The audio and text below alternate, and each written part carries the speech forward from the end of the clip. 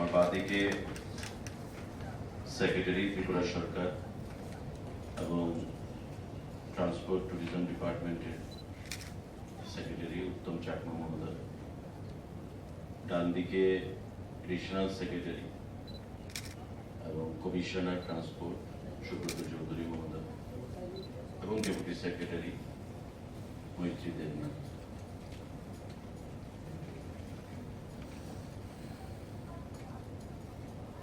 আপনারা জানেন যে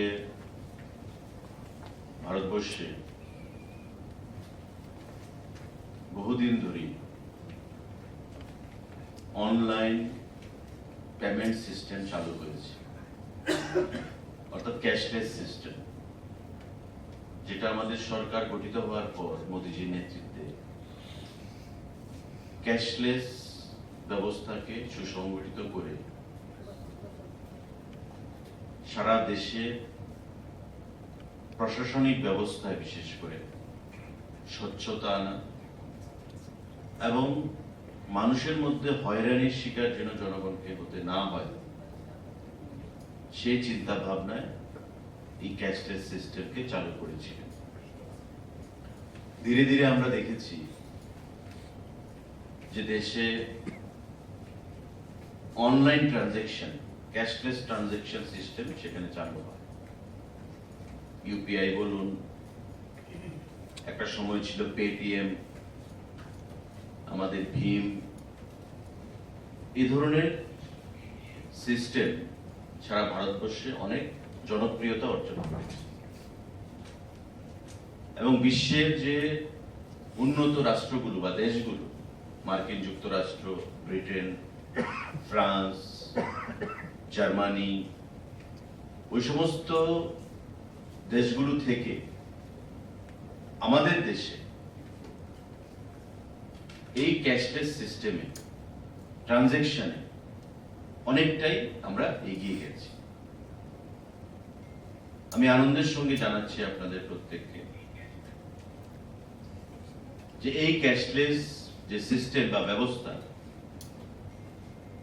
আমাদের ত্রিপুরা রাজ্যেও সেটা চালু হয়েছে এবং প্রতিনিয়ত আমাদের যুব সমাজ, আমাদের কর্মচারী সমাজ, আমাদের ব্যবসায়িক সমাজ, প্রতিটা ক্ষেত্রে আমরা দেখি যে স্মার্টফোন, অ্যান্ড্রয়েড, আইফোন, তার থেকে অনলাইন ট্রানজেকশন যে সিস্টেম বা পেমেন্ট সিস্টেম, সেই ব্যবস্থাটাতে অনেক স্বাচ্ছন্দ্য মানুষ বোধ করে এবং সেটা অনেকটাই জনপ্রিয়তা অর্জন করেছে।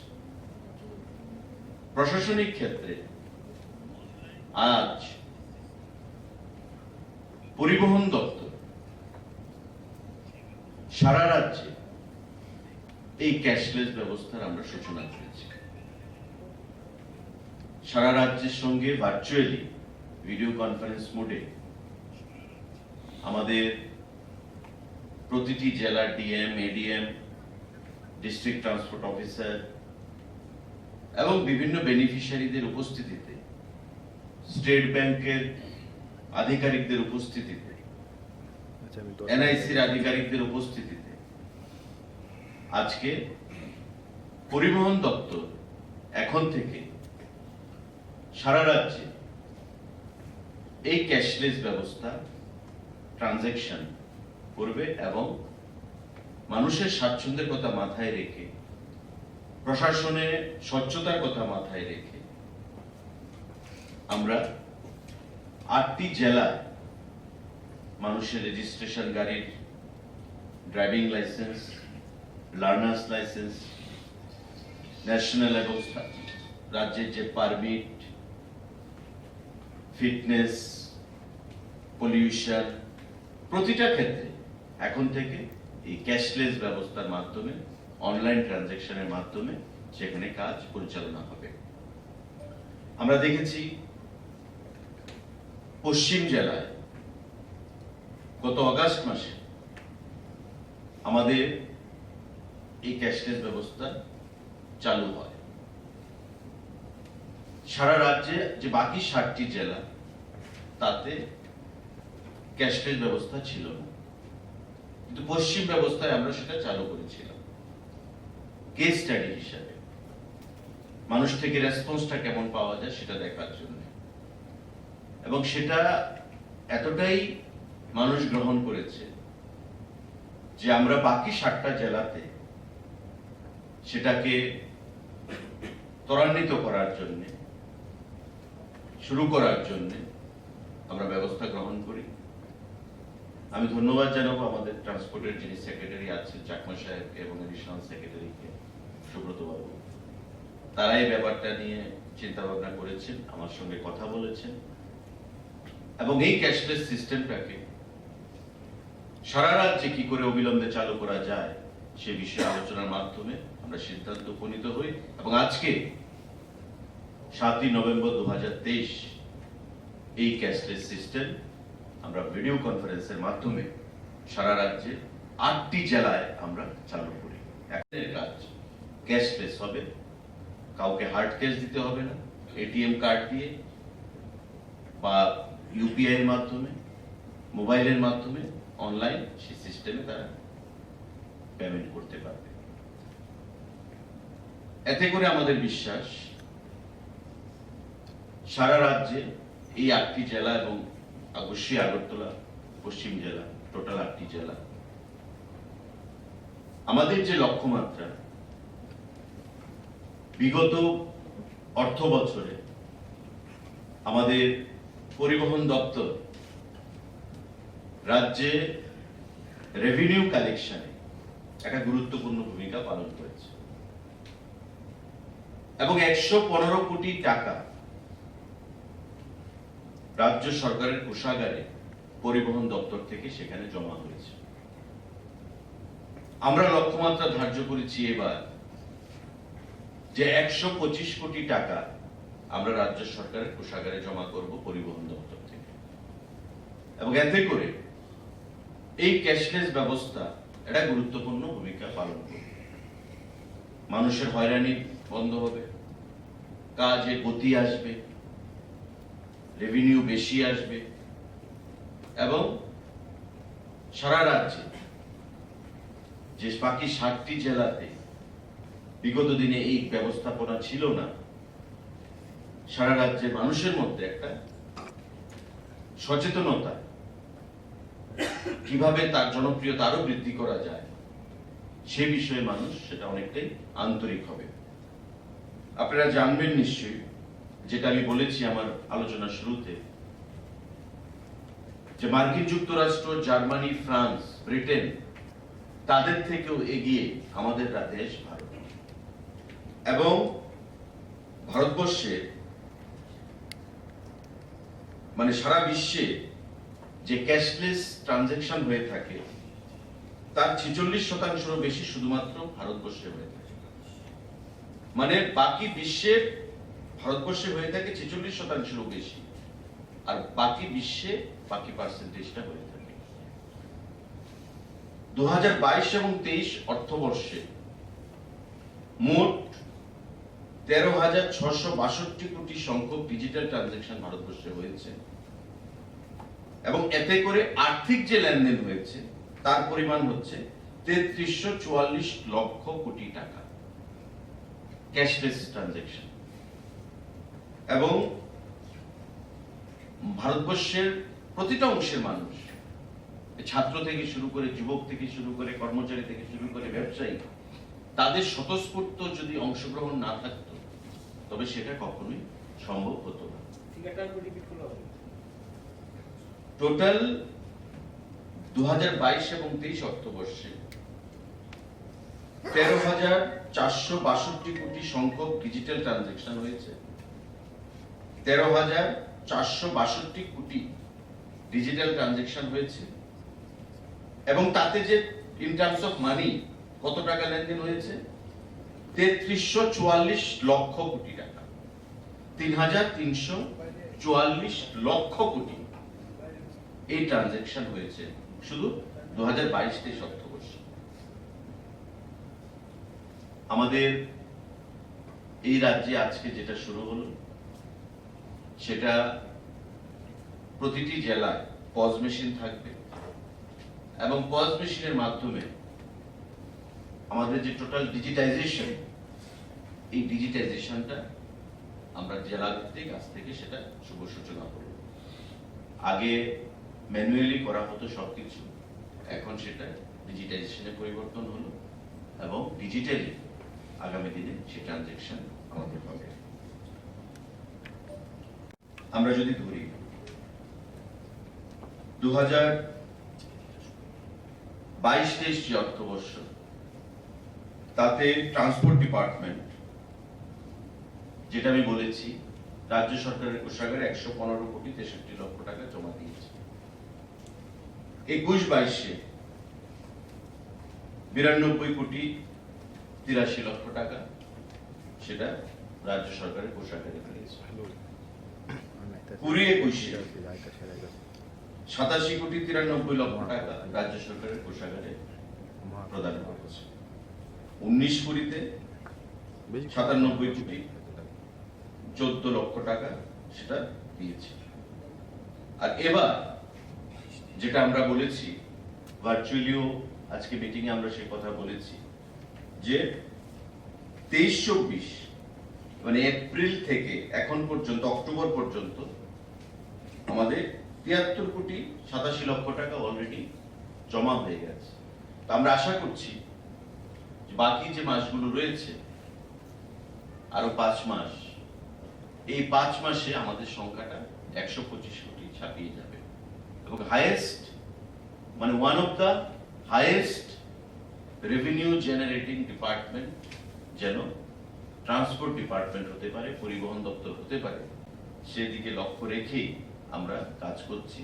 এবং এতে আমি দপ্তরের প্রতিটি আধিকারিক, স্টাফ যারা রয়েছেন, তাদের প্রত্যেককে আমার হৃদয়ের অন্তঃস্থল থেকে, সমাজ সরকারের তরফ থেকে অনেক অনেক অভিনন্দন জানাচ্ছি এবং আগামী দিনে আমরা এই টার্গেট আমরা অ্যাচিভ করব, সেটাই আমরা আশা রাখছি। তো আজকের এই যে ডিজিটাইজেশন বা আমাদের যে সারা রাজ্যে প্রতিটি জেলা যে ক্যাশলেস সিস্টেম চালু হয়েছে, সেই জনগণের কাছে আমার বার্তা থাকবে, আহ্বান থাকবে আপনাদের মাধ্যমে, যে আপনারা সেটাকে গ্রহণ করবেন, জনপ্রিয় করবেন এবং নতুন ট্রান্সফর্মিং, আমাদের যে ট্রান্সফরমেশন, ভারতবর্ষের প্রধানমন্ত্রী মোদীজির যে স্বপ্ন, যে ট্রান্সফর্ম করা প্রতিটি ক্ষেত্রে, সেই পুরানো পদ্ধতি থেকে বেরিয়ে আসা, এই জিনিসটাতে আপনারা সহযোগিতার হাত বাড়িয়ে দেবেন। আজকে এই কথাগুলো বলার জন্যই আপনাদেরকে এখানে আমন্ত্রণ জানানো হয়েছে। সাংবাদিক বন্ধুরা, কারোর যদি প্রশ্ন থাকে এই ব্যাপারে, সেটা আপনারা জিজ্ঞেস করুন। টমটম রাজধানী আগরতলা স্মার্ট সিটি হচ্ছে, রাজ্য সরকার কাজ করছে, দেখা যায় টমটম যেভাবে চলাচল করছে সম্পূর্ণ রাজধানীটাকে একদম মন্থর গতি বানিয়ে দিচ্ছে। এই ক্ষেত্রে পরিবহন দপ্তরের কোনো উদ্যোগ নেওয়া হবে কিনা, বা টমটম কি মূল রাজপথে চলতে পারে কিনা, এ ধরনের কোনো গাইডলাইন আছে? দেখুন, এটা আপনাদের সঠিক প্রশ্ন এবং আমরা এটা নিয়ে উদ্গ্রীব আছি। ব্যাপারটা নিয়ে আমাদের মধ্যে এক দুপ্রস্ত আলোচনাও হয়েছে সেক্রেটারি, এডিশনাল সেক্রেটারির সাথে। আমরা খুব শীঘ্রই একটা সিদ্ধান্তে আসবো। তো কি আসবো সেটা আমরা এখন আর ডিসক্লোজ করছি না, বা আলোচনা হয়নি বা সিদ্ধান্ত হয়নি। তো আমরা চাইছি, কারণ আপনারা সঠিকভাবে বলেছেন যে আগরতলা শহরের রাস্তাঘাট এমনিতেই সরু, তার বাইরে প্রতিনিয়ত প্রতিদিন যেভাবে গাড়ির সংখ্যা বৃদ্ধি পাচ্ছে, তাতে করে আগরতলার যে স্পিড সেটা অনেকটাই মন্থর হয়ে গেছে এবং যে জায়গা ক্রস করতে 5 মিনিট 10 মিনিট সময় লাগার কথা, সেটা আধা ঘন্টা 40 মিনিট 1 ঘন্টা লেগে যায় ট্রাফিক কনজেশনের জন্য। কিন্তু রাস্তাঘাট তো আর বড় করা যাচ্ছে না, কারণ মানুষের বাড়িঘর রয়েছে, সেগুলো ভাঙা যাবে। প্রশাসনিকভাবে কি করা যেতে পারে সে বিষয়ে আমরা আলোচনা করছি। আশা করি আগামী সপ্তাহ 10 দিনের মধ্যেই আমরা একটা সিদ্ধান্ত নিতে পারবো যে কি আগামী দিনে, মানে what will be hour next course of action on decision, সেই বিষয়ে আপনারা সেটা জানেন। দেখুন, একটা ব্যাপার আমি দেখেছি, আজকেও পেপারে এসছে, দপ্তর থেকে যা সিদ্ধান্ত গ্রহণ করে সেটা করা হচ্ছে। প্রতিদিন দপ্তর থেকে এসডিএমদেরকে নিয়ে খাদ্য দপ্তরের আধিকারিকরা ছাপা মারছেন, রেড করছেন, পেনাল্টি ইম্পোজ করছেন। প্রতি ক্ষেত্রে দপ্তরের আন্তরিকতা সেখানে অবদান। কিন্তু পাশাপাশি আরেকটা যে জিনিস, আপনি পার্শ্ববর্তী গুয়াহাটি মার্কেটটা যাচাই করুন, পশ্চিমবঙ্গের কলকাতার মার্কেটটা যাচাই করুন, আপনি নাসিক যাচাই করুন, দিল্লি যাচাই করুন, প্রতিটা বাজারে সারা দেশে পেঁয়াজের দাম ঊর্ধ্বমুখী। 80 টাকা, 85 টাকা, 70 টাকা, 75 টাকা পার কেজি। আমাদের রাজ্যে 60 টাকা যেটা ছিল, এখন 55 টাকা হয়েছে। কখনো আমরা চাই না যে মানুষের সাফারিং হোক, কিন্তু সারা দেশে যেখানে এই অবস্থা, গোলবাজার বা মানে মহারাজগঞ্জ বাজার বা বটতলা বাজার বা জিবি বাজার এক্সেপশনাল হবে সেটা আমরা আশা করতে পারি। কিন্তু আমাদের কথা হচ্ছে যে জায়গায় আছে তার থেকে যেন বৃদ্ধি না হয়। যেটা বৃদ্ধি পেয়েছে সেটা considering the market price across the country. এখানে সারা দেশের মার্কেট যা আছে এখানে তাই থাকবে অ্যাজ পার দ্য ইন্ডেক্স। প্রতিদিনের যে ইন্ডেক্স থাকে সেই ইন্ডেক্স অনুযায়ী আমার রেটটা হবে, কিন্তু তার থেকে যেন বৃদ্ধি না হয় তার জন্য আমাদের দপ্তর সর্বদা সজাগ রয়েছে এবং বিভিন্ন ব্যবস্থা আপনারা দেখেছেন আমরা গ্রহণ করেছি। আমরা গিয়ে যদি কোনো অসাধু ব্যবসায়ী পাচ্ছি সেখানে দেন দেয়ার দোকানকে তালা লাগানো হচ্ছে, হাজার হাজার টাকা পেনাল্টি করা হচ্ছে। এবং আমি যখন আলাদাভাবে খাদ্য দপ্তর নিয়ে সাংবাদিক বৈঠক করব তখন আপনাদেরকে আমি তথ্য দিয়ে দেব যে কত লক্ষ টাকা কত 2 মাসে আমাদের ট্রেজারিতে জমা করেছে, মানে দপ্তরে জমা করেছে অ্যাজ পেনাল্টি অ্যামাউন্ট। কতটা দোকানের লাইসেন্স ক্যান্সেল করা হয়েছে, কত ছাপা মারা হয়েছে। এই জিনিসগুলি তো এমন নয় যে আপনি ওভারনাইট চেঞ্জ করে ফেলতে পারবেন। এখন যারা ব্যবসায়ীরা ব্যবসা করছে তারা নিশ্চয়ই লসে ব্যবসা করবে না, এটা তাদের বক্তব্য, যারা তো তাদের লসে ব্যবসা করবে, বা যারা আধিকারিকরা যাচ্ছেন যে স্যার আমরা তো লসে ব্যবসা করবো না। কিন্তু মানুষের পকেট কাটা হোক সেটাও আমরা চাই না, আমরা কোনোভাবেই চাইবো না। তো সেই ক্ষেত্রে গুয়াহাটির মার্কেটে যা পেঁয়াজের মূল্য, শিলংয়ের মার্কেটে যা পেঁয়াজের মূল্য, পশ্চিমবাংলার কলকাতাতে যা পেঁয়াজের মূল্য, আমাদের পার্শ্ববর্তী আমি 3টে জায়গার কথা বললাম, আপনি দেখবেন সেই তুলনায় আমাদের রাজ্যে যথেষ্ট ভালো অবস্থানে রয়েছে এবং এর থেকে যেন না বৃদ্ধি পায় সেটাই আমাদের এনশিওর করতে হবে। আমি আপনাদের প্রতিদিনই সেগুলো খবরের কাগজে আসছে, কিন্তু আমি মনে করব ভারতবর্ষের অন্যান্য মার্কেটের সঙ্গে তুলনা করে আজকে পশ্চিমবাংলায় যদি পেঁয়াজের মূল্য 65 টাকা হয়, আমাদের রাজ্যে যদি 55 টাকা হয়, তো আমি মনে করি সেটা অনেক ভালো, বেটার। কারণ ট্রান্সপোর্টেশন কস্ট রয়েছে, ট্রান্সপোর্টেশন কস্ট দিয়ে আমাকে আগরতলায় পৌঁছতে হবে সে পেঁয়াজ। মাঝখানে রাস্তাতে ইটস এ প্যারিশেবল আইটেম, পচনশীল জিনিস, নষ্ট হতে পারে, ন্যাচারাল ক্যালামিটিজের ব্যাপার রয়েছে। তো সমস্ত কিছু বিচার করে আমার মনে হয় একতরফা আলোচনা না করে, একতরফা লেখালেখি না করে, আমার ন্যাশনাল লেভেলে ইন্ডেক্স কি, সারা রাজ্যের ইন্ডেক্সটা কি, মানে প্রাইস ইন্ডেক্স, সেটা বিচার করে ডিসিশন নেওয়া হয়। তো দপ্তর সদা জাগ্রত এবং আমি আহ্বান জানাবো ব্যবসায়ীদের কাছে যাতে কোনো অবস্থাতে যা মার্কেটে রয়েছে তার থেকে যেন পেঁয়াজ আর মূল্য